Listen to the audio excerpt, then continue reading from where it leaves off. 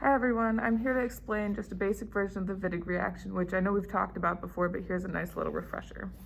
So right here drawn we have the Wittig reagent, which has the negative charge on the carbon that drives the reaction to attack the carbonyl, leaving the double bond in the carbonyl to attack the phosphorus. And then we have this nice little new carbon-carbon bond right here, as I have written out right there. And then we have the bonds doing a little square dance to finally make the alkene right here. And then the other byproduct, which we don't necessarily care about.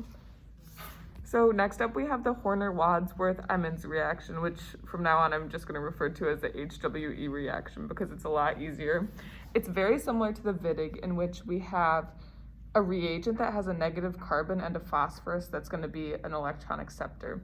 And we're going to start again with the carbonyl, and it's the same process of the negative charge on this carbon attacking the carbonyl, and then the double bond on the carbon eventually with resonance gets to the phosphorus. So then we get this right here, another little square dance as the intermediate, and then finally we're going to end up here with our final product.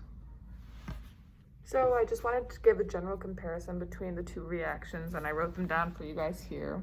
Both reactions start out with a carbon nucleophile attacking the carbonyl to form that new carbon-carbon bond. The general mechanism is going to be the square dance. The largest difference is the different substitution on each reagent, as I have written down here. The HWE is different than the Wittig. And then the HWE reaction tends to give E stereoisomers. Well, the Wittig tends to give Z, but if it is resonance stable, then might give a E. So for the name reaction problem that I have, I actually wrote one out that I found in literature from the tetrahedron, which is actually currently in press right now, which I thought was kind of cool. And I have this one written out here. I'm just going to give you guys a couple seconds to look over it and decide if it's either the HWE or the Wittig reaction. And then I'm just going to point out a couple highlights that helped me decide what it is too.